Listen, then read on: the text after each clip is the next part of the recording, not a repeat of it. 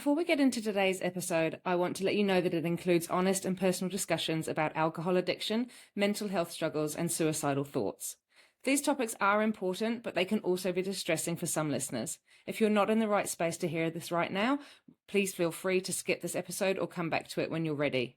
If you or someone you know is struggling, please reach out to a mental health professional or support service. You are not alone. I've listed some resources that may help and have included these in the show notes below. Please take care of yourselves, and thanks for listening. Hi, and welcome to episode 4 of The Sober Connection with me, your host, Abby King. Today I have a guest interview, and I am joined by somebody who was a bottle of vodka a day drinker back in the day, but has been over 4 years sober now. He is now an ambassador for one of the largest alcohol charities in the UK, Alcohol Change, and spends most of his time now gallivanting across the country, doing 10K runs and half marathons, and is a complete fitness inspiration these days. So I'm delighted to welcome Michael Sargood to my show. So, hey, Michael. I'm so used to calling you Hoochie, but it feels weird calling you Michael. Hi there, Abby, and thank you for letting me be a guest. It's a very brave decision. Yeah. I'm about stepping out of my comfort zone these days. So, this is definitely one of those experiences. But yeah, thanks for agreeing to come on board. How have you been? It's been a while? Yeah, so I mean, because we've been connected for about 4 years, I think, probably. Yeah, about 3.5 Nearly. years. Yeah. Yeah. And it's like worlds apart, really. Because I was fairly early in my recovery when we sort of connected online, and so were you. And since then, I mean, I've not been drinking, so that's a good thing. But there's been a lot of sort of soul searching, trying to find myself. There's been sort of changes in terms of work and things for me, because my past drinking life had been catching up on me, and ends up with sort of court job losses, lots of difficulties. Yeah, that's right. And managed not to drink through. And now I'm sort of at a stage where I think, well, I'm trying to reinvent myself, Britney Spears like. I was, in a way, it's a bit of a blessing that sort of I've lost my old sort of work. It was professional, office-based, and I hated it, and I was doing it for years, and I think I'm sort of now reinventing myself. I've been doing grim industrial work, which I discover that I enjoy, and I'm training for my sort of lorry driver's license. So hopefully I'll be hitting the road, reinvented as a fully fledged trucker by the summer. Yeah, that's awesome. Yeah, it's been a bit of, and I think when I first chatted to you, I was a fairly normal weight, and then I discovered binge eating, and managed to put on a hefty amount, and I've since lost it again. And I'm still trying to enjoy the fitness stuff. I can't say it's like my biggest passion, but I commit myself to things. So to the running, and then regret it when the day arrives. But it does actually force me to do it, and I don't always hate running now. Oh, you don't always hate running? Yeah, I'm willing to say that. There's days when I go and I think that was a really nice little run. It's not normally the ones where you the big events or you're trying to go for a personal best or anything. It's just I like the little chatty ones, and should we have a little break now and let someone catch their breath and then go a little bit further and the weather's nice, those sorts of ones, and then you have some lunch or whatever. That's enjoyable. So, and I am beginning to enjoy it because I don't suffer as much when I run now. I can go for 5 kilometers and not be out of breath, and so that's awesome. It's more enjoyable when you're not physically suffering. Yeah, that's it. Yeah. It is good to try and enjoy it, I guess. I've sort of done the running as well. A year ago at the weekend, the 4th of May, I did a half marathon with some friends, and we trained very, very averagely, and then sort of just got to the day and just kind of went for it. And it wasn't too bad. We got the medal at the end of it, and none of us died, so that was a bonus. But yeah, we didn't really do anything since then. And then a couple of weeks ago, I ran 10.5 Ks with no training, and that was a bit rough. But again, nobody died, so I take that as a win. The medals are nice when you get to the end, when you get to the finish line. The medals are really nice, so they're worth collecting at least. Said that you got the medal and no one died, so that was the bonus. I was thinking, well, surely the medal was the bonus. No one dying was the real win there. Yeah. Well, I guess it depends who it is, but but yeah, no, it's been good. So I just thought we'd touch briefly on. Well, it's hard to touch briefly on a lifetime of drinking, but if you could just kind of go back to where you were at, 4 or 5 years ago, and I guess we often talk about not everybody has to reach a rock bottom. So, I mean, for some people, they just realize that alcohol is not serving them anymore, and it doesn't mean that they're right at the bottom of the, as the lowest that they could possibly go. They've just decided to make a lifestyle change. But for you, did you reach a rock bottom? What was your story? And I guess, what did your rock bottom look like? I think it's hard to say there was just sort of one rock bottom. I think there was a whole series of ever worsening rock bottoms. There's lots of, I suppose, moments that should have been rock bottoms, but I brushed them off and carried on anyway, showing true Dunkirk spirit. And until I just eventually I got fed up with my own BS, and thought, okay, I was to the point where I was drinking a bottle of vodka every night, having been suspended from work on full pay, with no other hobbies really, having lost my driving license and my marriage, and still managing to outspend what I was earning, just because I was drinking so much. I was drinking a bottle of vodka a night, as I said, and smoking. So that was, £25 a day to begin with. And that was just if I was staying in, but I didn't always stay in. I liked to go out as well. And going out would be about £75 or at least. So I was in that situation, and cocaine started creeping in. I never really liked the stuff. And that made things more expensive as well. And I just woke up one day and I spent the whole day just lying on the sofa, shivering, sweating. I couldn't eat. I only got up to urinate and drink water. I couldn't have any music on because it was just I couldn't stand sound. Couldn't have the television on. I was totally on my own. And no one was going to come and visit, were they? Because I pushed most people away. And I just spent 24 hours like that. I couldn't sleep, just lying on a sofa in silence, feeling like death. I thought, no, there's got to be something better than this waiting for me. This is the grimmest hobby ever. This was meant to be fun. I don't want to do this anymore. And I've tried just reining it in. I've tried that for about 10 years, maybe just moderating. And my will to moderate always disappeared after I'd had my first drink. So it's fine wanting to moderate before you've started drinking, but your motivations or your will to stop drinking after mine disappeared after I'd had one. So I thought, well, let's maybe give this the unthinkable. Let's give it a chance, and maybe nothing at all. And let's see how that goes. Because I was hell-bent on dying at that point. For me, I think alcohol abuse, I'd long known it was a problem, but I'd resigned myself to it. I said, oh, well, it runs in the family. It's probably going to get me one day. The sooner the better. I was overdosing when I was hungover or very drunk on any tablets and things I could find, because I just wanted to die at this point. I'd become indifferent about life. It's like, well, I'm not bothered if I die. So it was like a very slow way of killing myself. I knew it was killing me, but that didn't put me off, because I was open to the idea of being dead. So yeah, it had got pretty grim. Definitely. Before I took any action. And I think my relationship with alcohol had been fairly normal for someone in the UK. I was, if anything, a late starter, because I didn't really get drunk until I was, I think the very first time I was 16, nearly 17, on a New Year's Eve, and I took a bottle of this horrible red wine to a New Year's Eve. It was meant to be a party, but only 3 of us turned up. It was a bit sad, really. That's like my ideal party these days.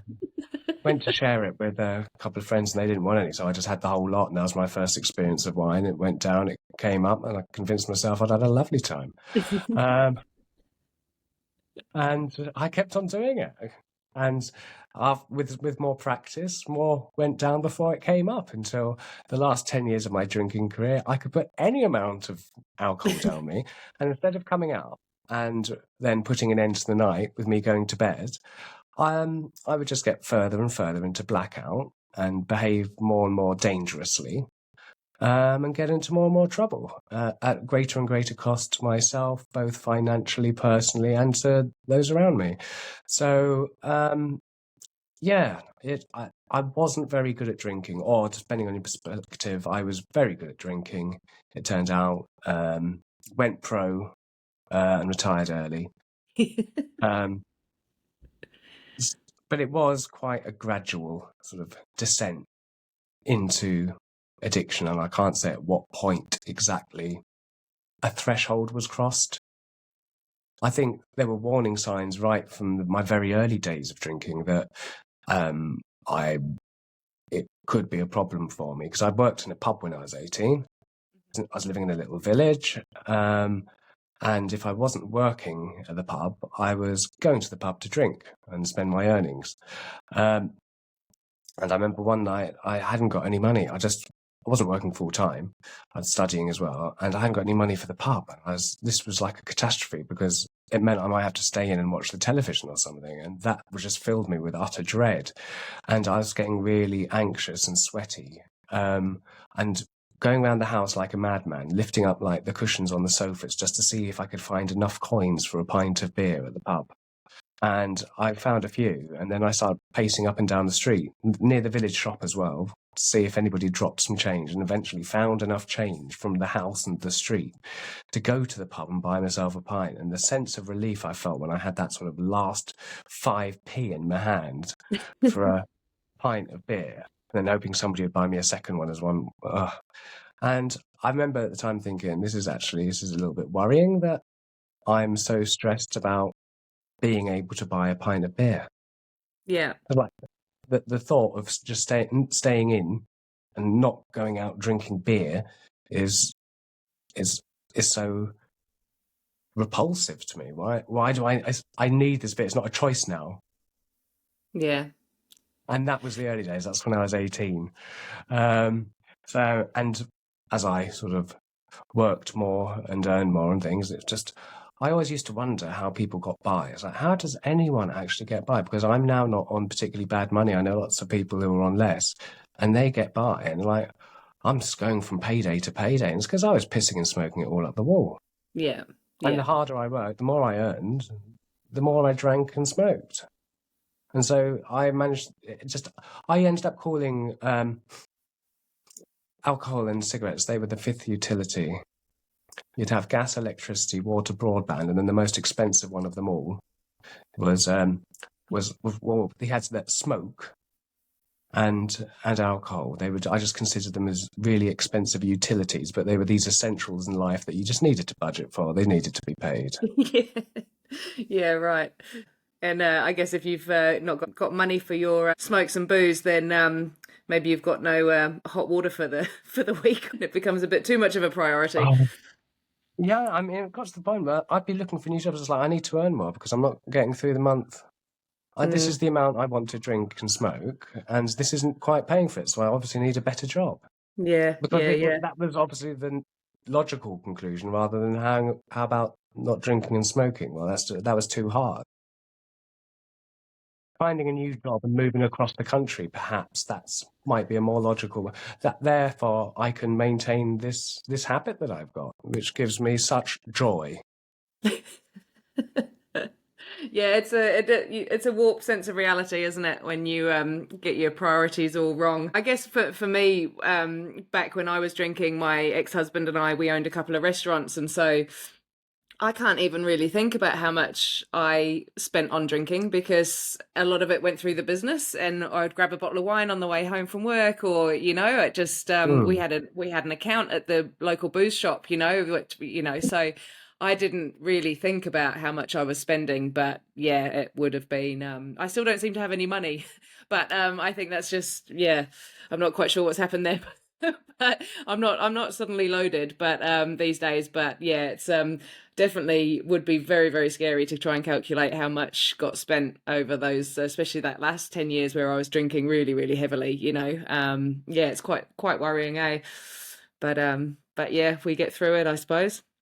Oh yes, I mean, my sort of financial situation is very different now. I am sort of earning just over a third of what I used to earn when I was drinking, and Yeah. somehow I'm getting by.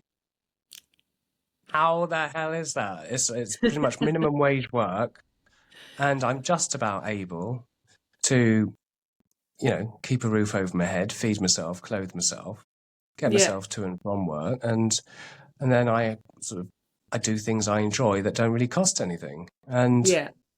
And so from that person who wonders how anyone gets by, earning about 3 times what I do now, to actually I've got a life that I enjoy that's low maintenance and I can get by. Now I think, oh my God, imagine what I would do now if I was earning the same. Oh, And I still don't know how I drinking. spend the money. No. No, no, it's crazy, eh? What do you think your life would look like now? I mean, you mentioned that you were in pretty dark place there when you were close to quitting. What do you think your life would look like now if you hadn't quit? If I wasn't, yeah, well, either dead, I think that's a fairly realistic outcome, I think, because not from like a medical perspective. I hadn't got, I if I'd continued drinking, I would have got liver damage. But when I stopped and had my liver tests, I was just within the healthy range. Okay. So I got away with that, really. I stopped just in time. But it was more my mental health, the fact that I was suicidal and I was going to bed with a knife under my pillow. It's like I'll overdose, and then if I sort of wake up and I feel brave enough, well, there's a knife under my pillow, I can just push in my chest. But normally I'd wake up and I'd be a bit more, compos mentis, and I didn't do it. I might sort of start scratching the skin a bit, but I never actually was brave enough. I was brave enough or selfish enough because my when I was a kid, my mum committed suicide, and I know the impact it had on the family. And what always stopped me was thinking about my dad having to put up with that twice from my mother and his son, and I just couldn't do it. Luckily, so Yeah. I think there's a good possibility that I would be dead, or I would. I don't know. I think I'd be now starting a new life, trying to rebuild a new life, having just got out of prison. Because, as I said, my drinking did land me into some scrapes, and it was a couple of years back. I mean, the court systems take forever, so I'd been sober a couple of years before I ended up in court for stuff I'd done drunk 2.5 years before that. And one of the things that prevented me, well, that kept me from going into prison, because I was expecting to go into prison for 18 months, probably reduced and stuff, good behaviour, blah, blah, blah.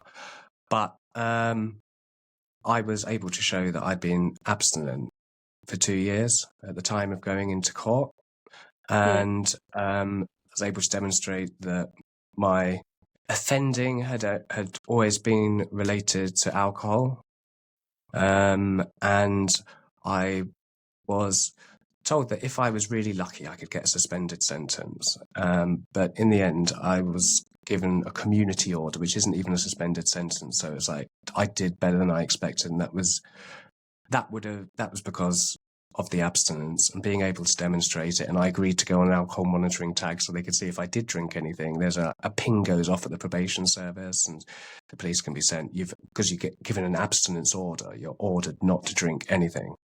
And if you break it, then you're back in court. Yeah. And because I stopped drinking, not just because I was told to by the court, but I had already stopped drinking 2 years before then, and was able to show how I was actively trying to turn my life around, and some of the charity work and things, and I was actually trying to do good things. It meant I didn't go to prison. Yeah. I think I So remember I'd that. either I be, think I yeah, think I remember you Yeah, talking to a few of us about your tag that you had to wear. I called it my Rolex of shame. Yeah, it's ankle tag. I had to wear like loose trousers and then long socks to try and hide it because it's a bit embarrassing, isn't it? I mean, like, I think it's 41. Yeah, 41, and I've got an ankle tag. It's just not a good look. Yeah, It might be a yeah, status symbol when you're like 17 or something. I don't know.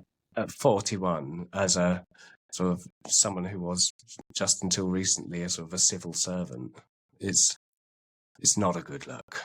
no, no, but yeah, it's a good story to tell nonetheless. Yeah, Yeah, so I think my life would have looked very different if I kept on drinking, and I'd have been very alone.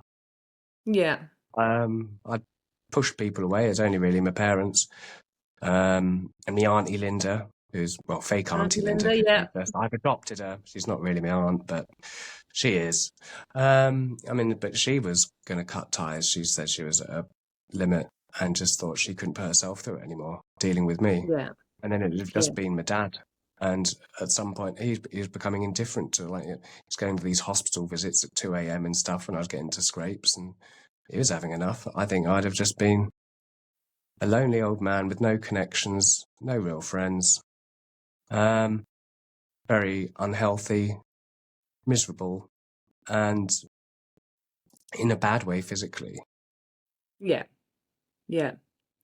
So luckily, 4 years ago, you decided to make the change, and how was that process for you? Did you try AA for a little bit, and then you didn't I like that did. and did something different?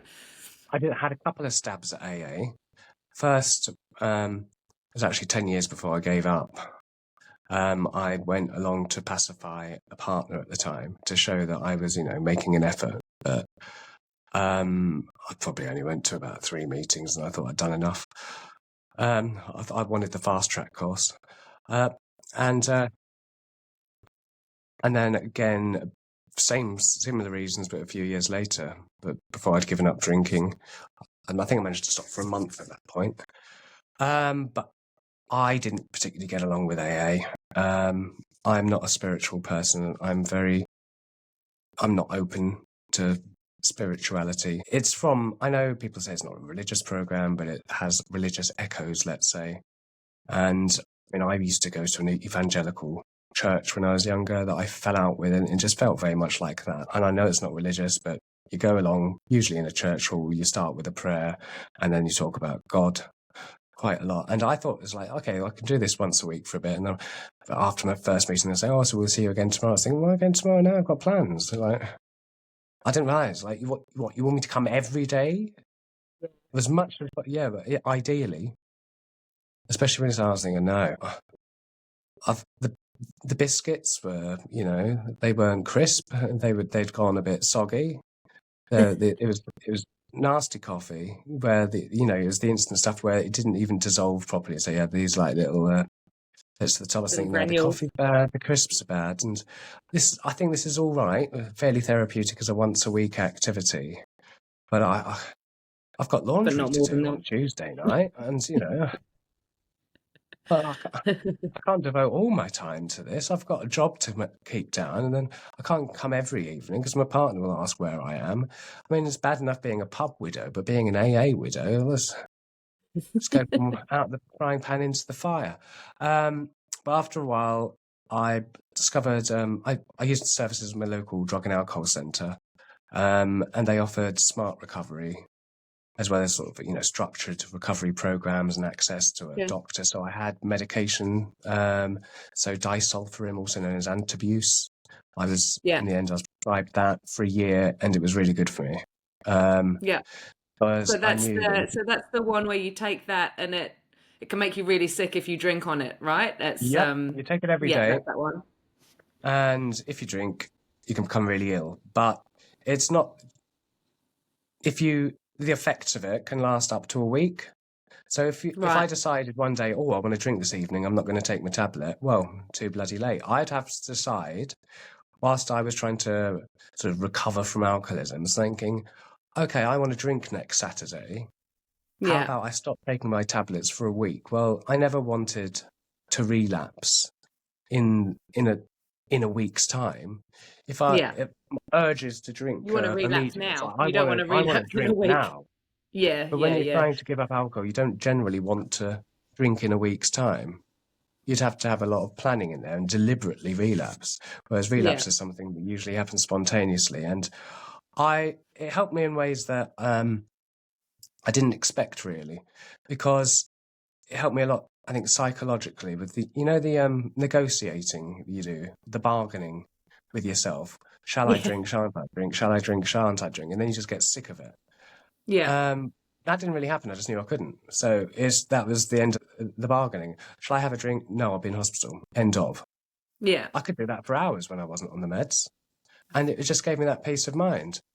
Um, and it made me feel safe. It's like, oh, if I am going to a situation that I think could be triggering tonight, well, I know I'm okay because I can't drink. It's not Yeah. a choice. It's not an option for me. And when something's Yeah. not an option, you don't bargain. Yeah. You don't bargain over something that's not on the table. Yeah. Yeah. Right. Yeah. And then I Yeah. was worried about Good. coming off of it. It's like, is this all the meds now? Or have I actually learned, have I changed my behavior in any way? Or is it as soon as I'm off of them, will the bargaining happen? Will I always win that argument? And so I was very nervous. I insisted I wanted to be on them for a whole year. So I'd Yeah. done it before for a few months, and then I got to the autumn. I got my usual sort of autumn blues and drank after sort of, and so it's like, no, I want all of the seasonal triggers you get through the year, and I want a whole year of no booze before I come off. Yeah. So that's what I did, and I was very nervous when I came off, but actually I'd been through all those cycles. Like, all I need to do is repeat what I've done before. I've got through a year safe, now just repeat. Yeah. And it got to the Yeah. point where it's just I'm not thinking about it now because I haven't done it for so long. That I'm not really getting those urges to drink. Yeah. My life's different now as well. I'm not surrounded by people who are putting pressure on me to drink. I'm surrounded mainly by people who don't drink or who hardly ever drink. People with common interests. I don't really go on nights out. I did a couple of nights ago. I went to a party. It's like, oh God, it's a long time since I went to a boozy party. Years.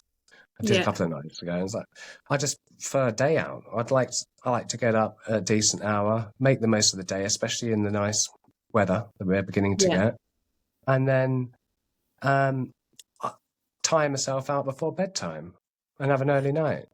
Yeah. I think so. A lot of what I've been trying to do is, I think, as we become adults, as we learn to adult, no one teaches us this, is we kind of have to learn to parent ourselves. Because the way we treat children is we make sure that they get up on time for their responsibilities, they do their chores, we feed them healthy food, we obviously let them have the odd treat here and there, and we try and make them run around and stuff so that they've got their exercise and they're tired so that they can sleep on time. And we take that very seriously as adults and setting an example to kids. But then when we become adults, we focus on that for them. But do we do that for ourselves? Who's sending us to bed on our bedtime and telling us to get our 8 hours sleep and to eat properly? No, we've got to parent ourselves too. And I Yeah. think that's sort of the approach I've been taking. It's like, yeah, I can't expect my dad, now I'm 43, to be telling me to go to bed and get up. And no. So yeah, I'm 43, still learning how to be a grown up. Yeah, yeah. I think me and Kate talked about this a couple of weeks ago, and just when I mean, you like you said, you were a late starter. You started drinking 16, 17. Whew, I was like, I was on the hard drugs by by then, drinking from the age of 14. So you don't really have that. Well, that whole sort of development of the brain hasn't happened yet. Where they say that you're not fully Mm. developed until you're sort of early mid 20s, and so we didn't have any of that. So it was only when you sort of stop drinking that you start kind of realizing. I mean, I still don't really feel like as old as I am, luckily, but yeah, just feeling that there's a lot of adult responsibilities that you just bury your head in the sand for, don't you, when you're drinking, and you don't worry about it. But now it's kind of, no, we do actually have to do some stuff that's responsible. So yeah, it's learning in your 40s is it's an interesting concept, right? But Well, you should learn for your entire life. I think it's like I'm very much now. I want to be learning all the time. There's always more to learn. Yeah. As I think as I'm not self development, I suppose, in its most general sense, but just yeah, learning. I think is a vital component of a balanced life. Mm. I think a lot of us get to a stage where we think, okay, well, I finished school, I finished education. I now know everything I will ever need to know to navigate through life. I don't want to learn any more stuff. I'm done with learning, and I want Yeah. to hold the things that I know and the things that I believe, I want them to remain constant for the rest of my life now, please. Well, that's actually very boring. Yeah.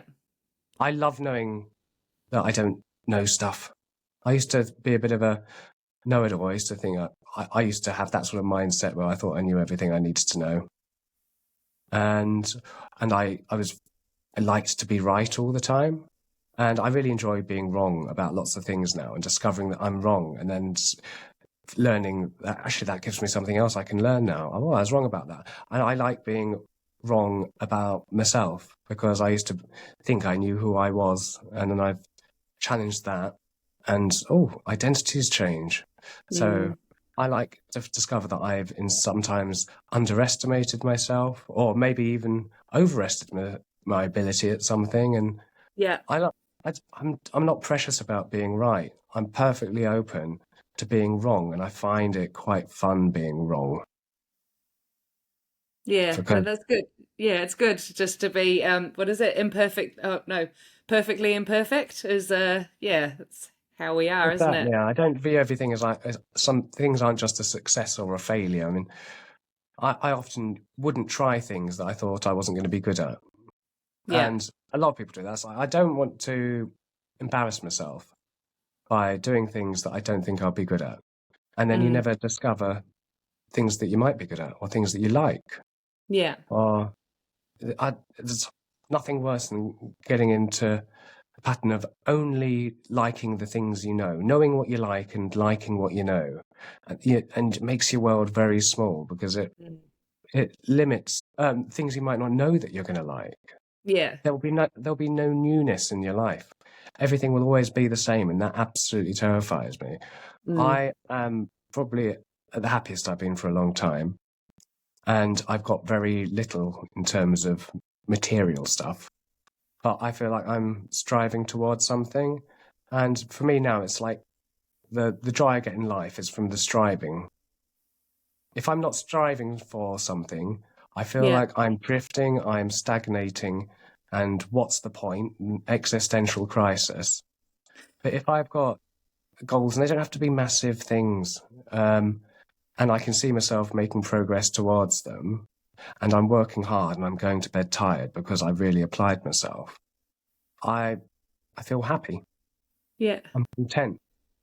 I've had periods in my life where I've earned more, had no goals. I've already achieved the goals, never set some new ones.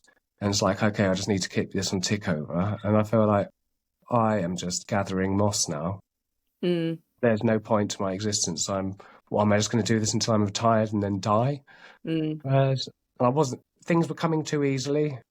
And for me, that was always dangerous. When things seem to come easily, you don't value them. Whereas now, if I want something, I have to sort of make sacrifices or work hard or do some overtime, and it's a lot of effort goes into making simple things that I used to take for granted to happen. Yeah. And then because I've worked for them, I appreciate them more. Yeah, you value it so much more. So for me, a lot of what I consider to be my happiness is the striving for better. Yeah. Yeah, that's cool. That's good. Would what was I going to say? What sort of leads on from that? How has your perception of fun and connection changed since you got sober? So obviously you're quite a little social butterfly these days in the sort of sober community. You've got like a little there's a group of you. I know you've got that group chat on WhatsApp and stuff like that, and used to do. So back in the day, I used to love your monthly quiz nights that you used to do on Zoom. I Those, still want to do those again. I mean, at the moment, I've become very busy, so my social life has taken a hit because I went from when I first stopped drinking, thinking, how am I going to fill all these hours in the week now? Mm. Because I've got 20 plus hours that used to be dedicated to like drinking, recovery, even recovering from drinking, but everything drink related. And it's like, the days are so boring and long. Like, what the hell am I going to do? And I just, there aren't enough hours in the day again now. And because I'm working, it's normalish hours, but with the commute and stuff, it's just long days and it's physically demanding work. I'm working on Tilbury docks and involves lots of sort of not fairly heavy work. And I need my sleep. And I'm also trying to do the study on the side, plus Yeah. trying to maintain friendships and a relationship. And I'm not able to do quite as much of the socializing as I did, but there was a period where I was just boredom was my worst enemy. Yeah. Boredom and isolation. And so I was like, I am going to go to absolutely anything. If it doesn't involve alcohol and it's sociable, count me in. I will go to the opening of a letter. I think my lowest ebb, no, it's not lowest ebb. I did drive all the way from Essex to Nottingham to meet for a cup of tea before. I was quite desperate for social connection, and that was somebody I hadn't met yet. So I think that sounds reasonable. Let's go up to Nottinghamshire for a cup of tea. Now I look back and I think that is absolutely mad. But there is now in the UK a very sort of flourishing sober social scene. There's lots of events you can go to. There's lots of meetup groups, anything from like a little walk and talk up to these sort of sober raves. I mean, I was never a drunk raver. I had to get sober to start raving. And one of them is called House of Happiness. I'll be going there this Saturday. Yeah. And I'll be very provocatively dressed because they always have a theme. It's in a proper sort of nightclub that's known for its wild nights, sort of fire in Vauxhall in London. And this time the theme is tassels, tashes, and tats. So I decided to try and take all of them on. I only realised yesterday that it's this Saturday, so I'm going to start growing a moustache, see how much of a moustache I can grow in a week. It's going to look like when teenagers first trying to grow one properly. But I'm going to get as much of a tash as I can. I've now got some adhesive nipple tassels in a beautiful red colour and heart shape. Lovely. Lovely. And I found some obviously I can't wear a top if I'm going to have my tits out. Tassels out. If I Yeah. want people to see the tassels, then I am going to have to go topless. So I've just got some nice tight hot pants. And I don't have any tattoos and I don't intend to get any because needles aren't my friend. So I found these two like tattoo sleeves that you can wear. And yeah. So I am going to look absolutely... I've decided on this occasion because on some previous events they put on, I've just got on the train from Southend into London and back in the costume that I'm going to be wearing. The first one was a chicken. And it was... I did feel a little bit foolish dressed up as a funky chicken all the way into Vauxhall. And it wasn't too bad on the way in, but on the way back... I hadn't appreciated it was a West Ham match and all the supporters were on the train and they'd all lagered up and I'm just sitting there. Well, I couldn't get a seat at first and then I got a seat and people are chasing me. People are trying to pull my tail feathers. People were chasing me down the street. So I just encourage them and start running along, clucking. But I could do without the hassle. And then I went also as a 80s aerobics instructor for a neon theme. It was like a bargain basement Mr. Motivator, but in sort of like pink and blue. Yeah. And again, I negotiated the public transport like that. But I think on this occasion might be a step too far. Maybe cover up a little bit. Yeah, I know like I've kept myself decent by covering the nipples. But hot pants and nipple tassels on the C2C service into London, probably not a good idea. So Not a good we're going to idea. change No. out the venue. Yeah. Oh no, that sounds good. I think I've seen some. I think I've seen some of your content with your House of Happiness. There's quite a few people that go to that now. Hey, it's Lots of regulars. It's been going for well over a year, about 18 months now. yeah. Yeah, Yeah. it's brilliant. I Yeah, like no, it. I never used to dance, but recently I've discovered that if I go in costume, Yeah. I'm more likely to dance because I absolutely hate dancing. I'm not going to pretend I like it. It doesn't come naturally to me. I just feel like, when you have to spontaneously make up moves and try and look cool. Well, I've never been able to do that. I'm not a cool person. I will always look like a granddad or an uncle at a wedding. But when I am in costume, I take on a new persona. It's like the chicken was a breakthrough moment for me because I thought, well, I can't dance, but what I can do is I can move a bit like a chicken and try and do it in time to music. And Yeah. that's a bit like dancing. And I took on the persona of the chicken and I did it for the full 5 hours without a break. I mean, my fitness level has improved from the running. It's like, I can actually be a chicken for 5 hours now. I'm really pleased with myself. And then again, aerobics instructor, well, I was just doing some gym inspired moves in time to music. Yeah. Fine. I don't like dancing. I didn't mind doing that. Yeah. So it is going to be a bit trickier though, because I will have to do something that's a bit dancing. I'll just try and be like some exotic dancer. I'll just try and I'll channel sexy vibes and Yeah. probably do some Yeah. twerking and stuff. But yeah, I find if I get into costume, I'm much more inclined to dance. If I just turn up and I look like I'm going to a party and I'm expected to look cool, then I just keep on disappearing to the smoking area and Yeah. chatting to people who are smoking. And I have been known to go to some and not dance for a single minute of the entire session. Yeah. Yeah. Oh well, I look forward. Yeah, I look forward to seeing the. I'm sure there'll be some videos or footage on Instagram that we can. Which I will find very regrettable, no doubt. Yeah.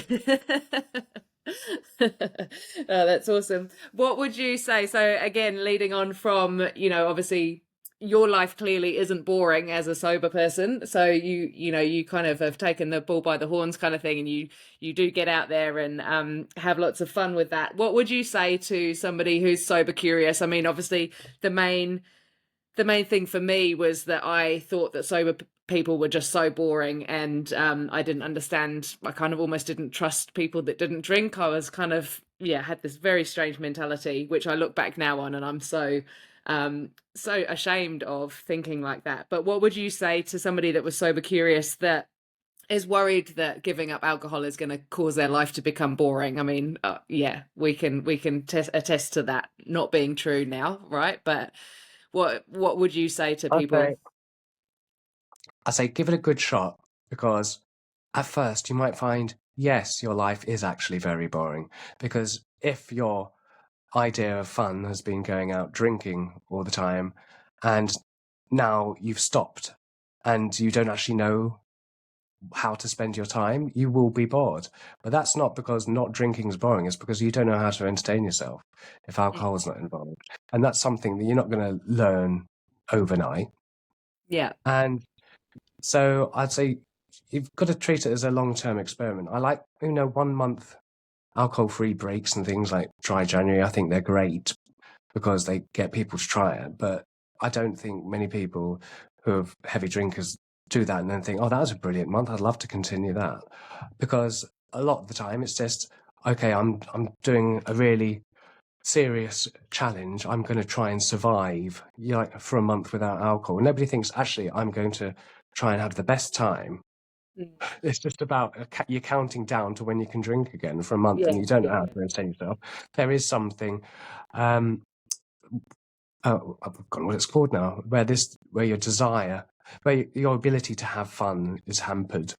When you're used to alcohol and it's harder to get highs from sort of sources that don't involve alcohol. So if you've stopped drinking and you used to enjoy playing darts or whatever, you might find it really hard to enjoy playing darts without alcohol for a while. That will return, but it's just your brain's become used to these floods of dopamine from alcohol, and you're just not going to get as much pleasure from everyday things for a Yeah. while.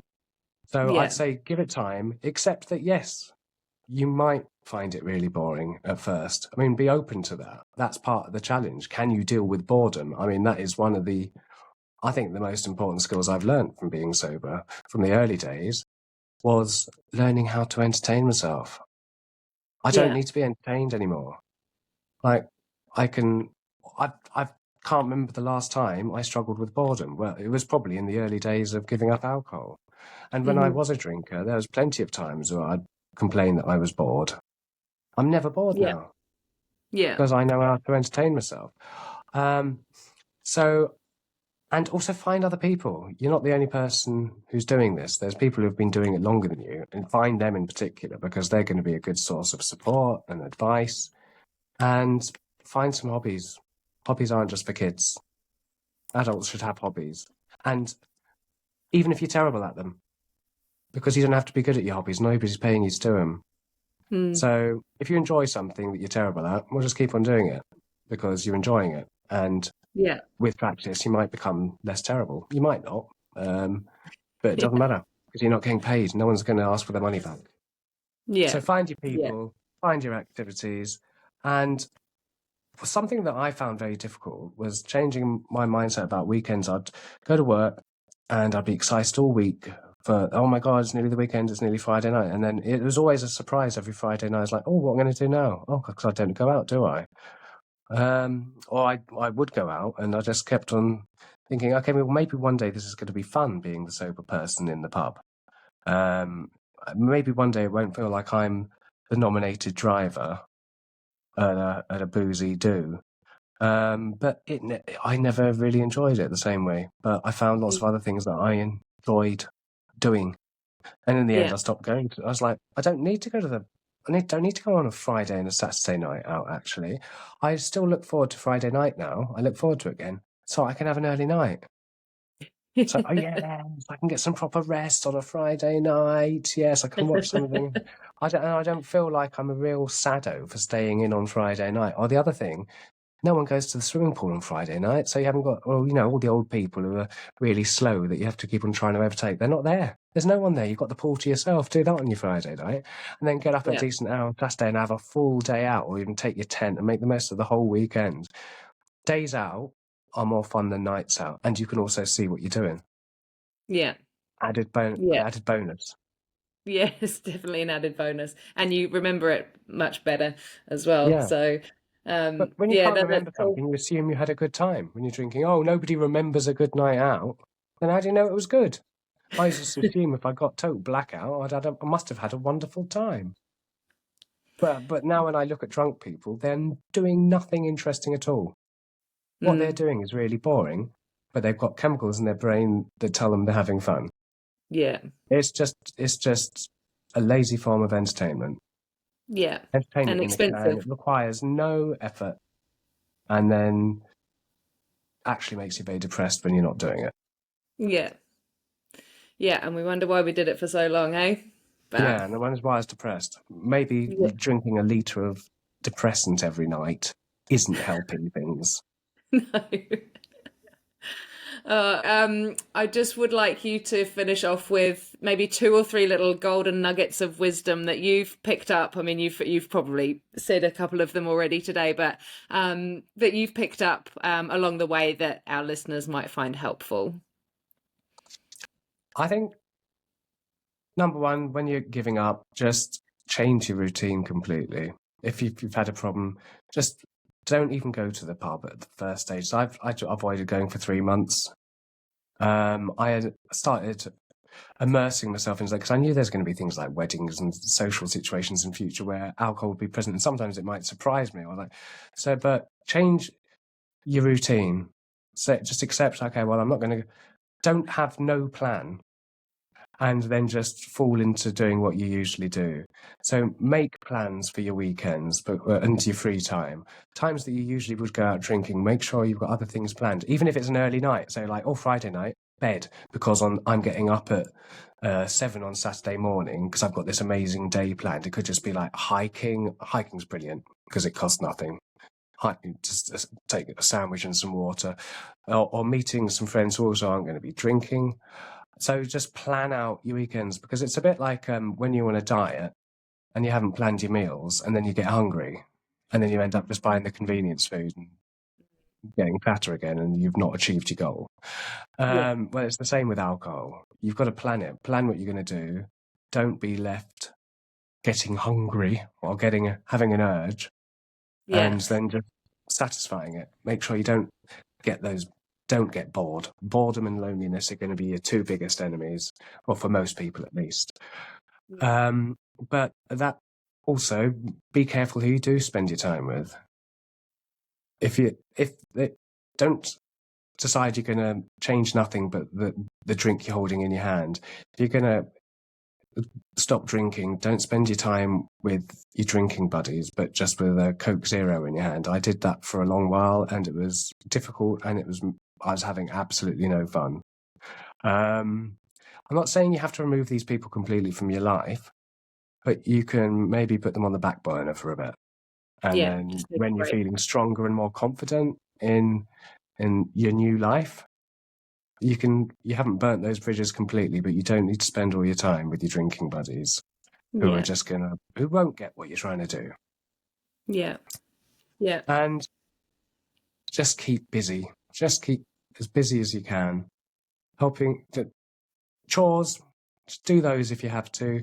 I mean, for me, there was quite a lot of wall painting in early sobriety. I hated it. It was boring. That is still one of the things I still find boring, but it's better than going back to what you're trying to avoid.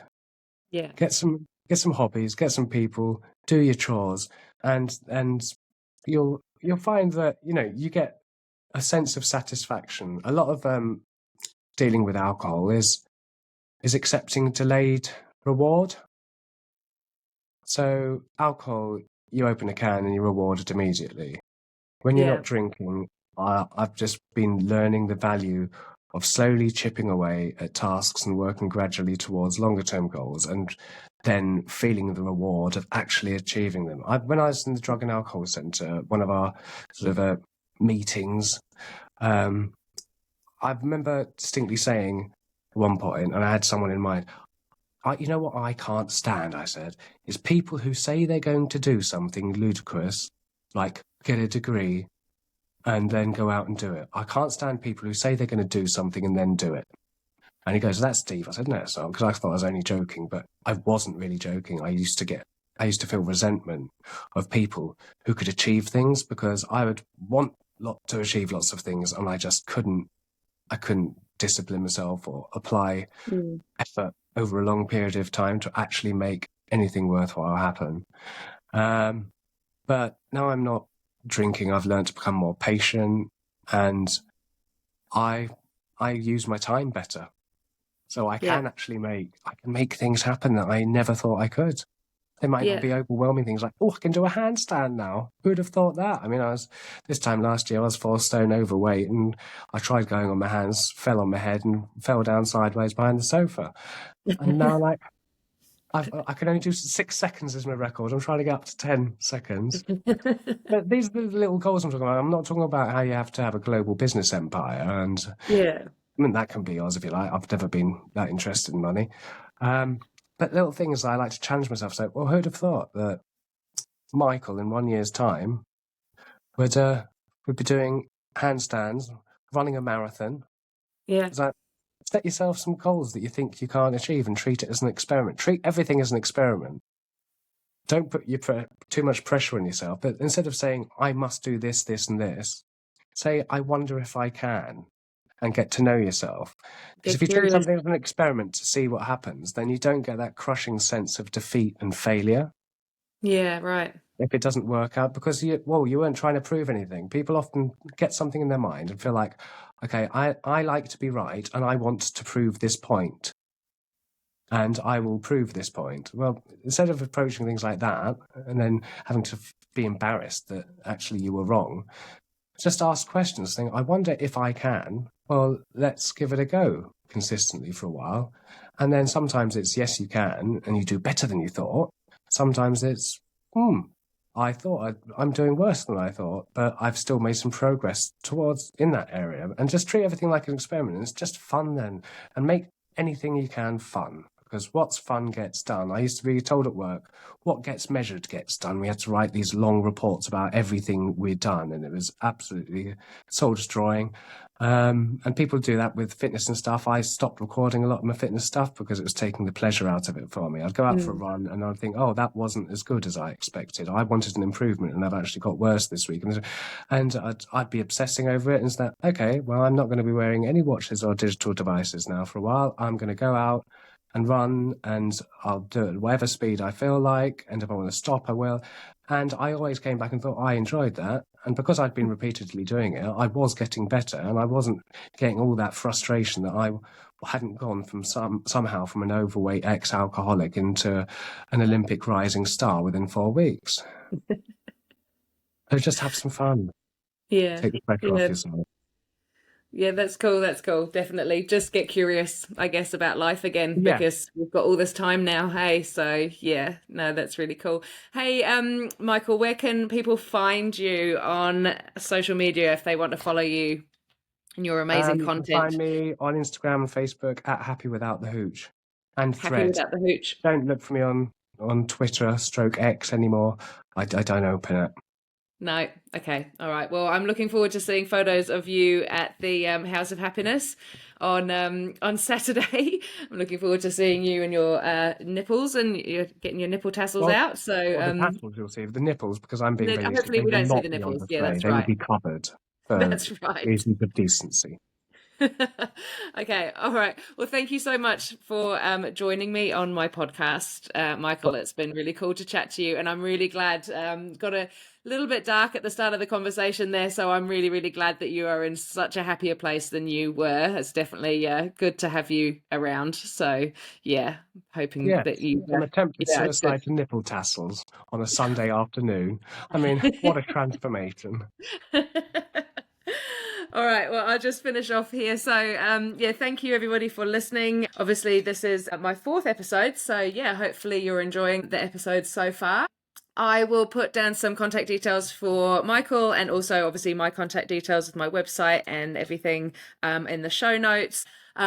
My software that I use is Riverside FM, and I also use Buzzsprout to distribute the podcast to Spotify and wherever you listen to your pods. There's some information about that in the show notes as well. Next week we will have a short and sharp tips and tricks episode just with me, and then the following week we have yet another guest. So yeah, until the next time, thank you so much, Michael. Take care. It's lovely to speak to you. Thank you very much for having me. You are very welcome. And yeah, I will speak to you all soon. So thank you. Bye, Abby. Thank you.